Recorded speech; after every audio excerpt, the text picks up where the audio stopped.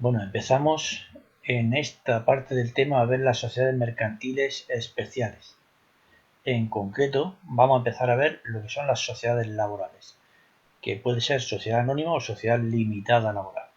Tanto la anónima como la limitada tienen esta peculiaridad de poder transformarse o poder ser sociedades laborales. ¿En qué consiste una sociedad laboral?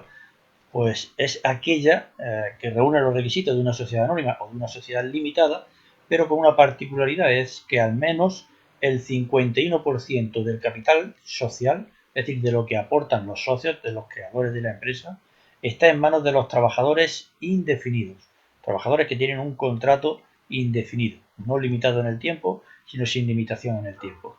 Pues el 51% de lo que se ha aportado está en manos de ellos, con otra limitación más. Es decir, que ningún socio puede tener más de un 33%, es decir, no puede ser que un socio tenga el 51% del capital social y ya sea una sociedad laboral. No, tienen que, ninguno puede sobrepasar más del 33% del capital, lo que establece un mínimo de 3 socios. Si ninguno puede sobrepasar el 33%, para llegar al 100% se necesita un mínimo de 3 socios. Aunque la ley establece excepcionalmente que puedan ser 2 si tienen el carácter de trabajadores indefinidos.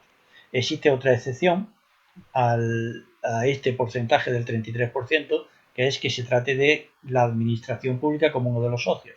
A la administración pública sí se le admite que llegue hasta el 50% del capital social. Pues bien, esta es la definición de una sociedad anónima o limitada de carácter laboral. Tiene también una peculiaridad más, y es que los trabajadores que no sean socios, porque puede haber trabajadores socios, evidentemente tiene que haberlo, porque son los que aportan el capital y tienen además un contrato indefinido, luego tiene que haber trabajadores socios.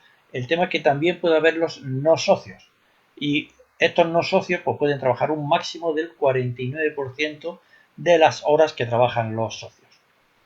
Pues bien, así es como podemos definir con estas peculiaridades las sociedades laborales.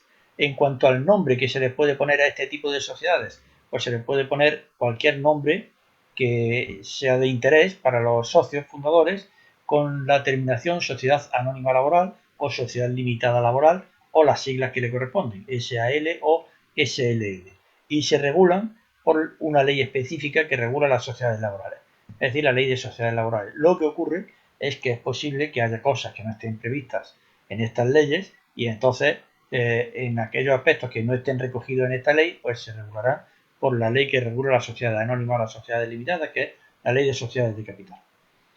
Bien, para constituirse este tipo de sociedades se constituyen como una persona jurídica, es decir, un ente diferente a los administradores. Están los administradores por un lado, que firmarán en nombre de otro ente que es la sociedad. Tiene personalidad propia, por tanto, personalidad jurídica.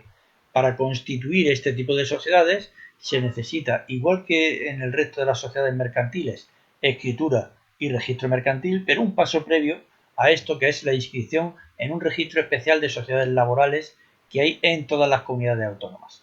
En este registro especial lo que hace es calificar a estas sociedades como sociedades laborales, o bien cuando se produce una modificación sustancial de los estatutos. Eso se hace aquí en este registro de sociedades laborales. Pues bien, ya hemos dicho entonces que el número de socios mínimo tiene que ser 3, aunque excepcionalmente se pueden admitir 2 cuando se trate de trabajadores con contrato indefinido. ¿Cuál es el capital mínimo que tienen que aportar? Pues el mismo de las sociedades anónimas o de las sociedades limitadas. Si se trata de una sociedad anónima, 60.000 euros. Si se trata de una sociedad limitada, 3.000 euros. Exactamente igual, en eso no varía. E incluso en el desembolso, tiene que estar desembolsado, bueno, totalmente suscrito en la sociedad anónima y desembolsado en un 25% como mínimo, mientras que en las sociedades limitadas tiene que estar todo suscrito y desembolsado. Hay una peculiaridad más en la sociedad anónima limitada. En las sociedades anónimas laborales decíamos que en las sociedades anónimas los títulos, y la empresa cotizaba en bolsa, pues se hacían en anotaciones en cuenta, no se emitían títulos. Pues bien, en las sociedades anónimas laborales las acciones tienen que estar siempre en títulos, no pueden estar en anotaciones en cuenta. Bien, tenemos dos tipos de acciones o de participaciones. Se trate de la sociedad anónima o de la sociedad limitada laboral. Las de clase laboral y las de clase general. Las de clase general, que podrán estar, hemos dicho que el 51% del capital tiene que estar en manos de los trabajadores. Esas son acciones de clase laboral, las que tienen los socios y trabajadores. El resto de las acciones, pues son las que se llaman de clase general y no tiene por qué estar en trabajadores. Pueden tenerlo también trabajadores porque esto es un mínimo. Por tanto, puede estar en manos de trabajadores o no trabajadores. Estas se pueden transmitir libremente, pero esta de aquí, para su transmisión, solo es libre si se transmite a trabajadores indefinidos que no sean socios o que lo sean ya. En esos dos casos se pueden transmitir libremente si no hay algunas limitaciones. Y con la peculiaridad también de que cuando se produzca una transmisión de estas acciones o participaciones, se le tiene que comunicar a los administradores el número de las acciones o participaciones que se transmiten, la clase que son, es decir, si son laborales o generales, y la identidad de la persona que las adquiere. Deben de comunicarse a los administradores. En cuanto a la responsabilidad de estas sociedades, pues como son sociedades capitalistas, pues la sociedad está limitada al capital aportado. Eso es exactamente igual que en la sociedad anónima o que en la sociedad limitada. Hasta ahí llega la responsabilidad de los socios. No obstante, se les exige a este tipo de sociedades que el 10% del beneficio que obtengan se quede siempre en la empresa, en lo que se denomina el Fondo Especial de Reserva. Este Fondo Especial de Reserva iría a cubrir posibles pérdidas que la empresa tuviera.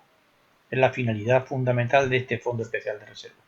Con un límite, es decir, no toda la vida hay que estar dejando el 10% de este beneficio en el fondo, sino que cuando el fondo ya tenga una cuantía que llega a ser 2 veces la cuantía del capital social, si se trata de una sociedad limitada que se ha constituido con 3.000 euros, pues cuando el fondo especial de reserva sea de 6.000 euros, pues entonces ya no es necesario dejar todos los años este 10% del beneficio. Pero hasta entonces sí. Y por último, pues la fiscalidad que tienen este tipo de sociedades, pues igual que la sociedad anónima y la limitada, pagan el impuesto de sociedades al tratarse de una sociedad con personalidad jurídica.